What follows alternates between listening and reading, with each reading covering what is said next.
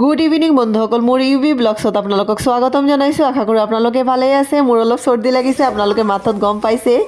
বন্ধুসকল, মই দিনতে অলপ মটৰ তিয়াই থৈছিলোঁ। আজি ভাবিলোঁ মটৰ পনীৰ বনাম, আৰু মটৰ পনীৰৰ লগত ৰাতিৰ সাজটোৰ কাৰণে একদম যোগাৰ কৰি ল'লোঁ। আৰু মটৰখিনি মই ধুনীয়াকৈ হালধি নিমখ দি সিজাই ল'লোঁ, আৰু পনীৰখিনি ধুনীয়াকৈ কুটি ল'লোঁ।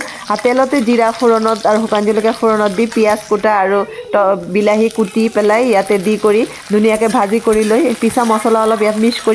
পিছা মছলাত মই কি মিক্স কৰিলোঁ, ইয়াতে জিৰা, ধনিয়া, পিঁয়াজ, নহৰু, আদা আৰু কেঁচা জলকীয়া। বন্ধুসকল, মই মোৰ ব্যঞ্জন যিখিনি বনাওঁ আপোনালোকে চাগে মোৰ ভিডিঅ'ত দেখিছেই। মই ফুড কালাৰ আৰু ৰেড চিলি পাউডাৰ মই একদম ইউজ নকৰোঁ। মোৰ ফোৰণত যি মই শুকান জলকীয়া দিওঁ তাকেই দিওঁ মই, আৰু কেঁচা জলকীয়া দি পেলাই মই যিমানখিনি পাৰোঁ মই বনাবলৈ যত্ন কৰোঁ। আৰু বন্ধুসকল, এয়া মোৰ মটৰ পনীৰখিনি একদম হৈ গ'ল। এতিয়া মই ভজা মছলা আৰু ইয়াতে ধনিয়া পাত, কুটা ধনিয়া পাত দি পেলাই মই একদম ৰেডি কৰি পেলালোঁ মোৰ ব্যঞ্জনখিনি।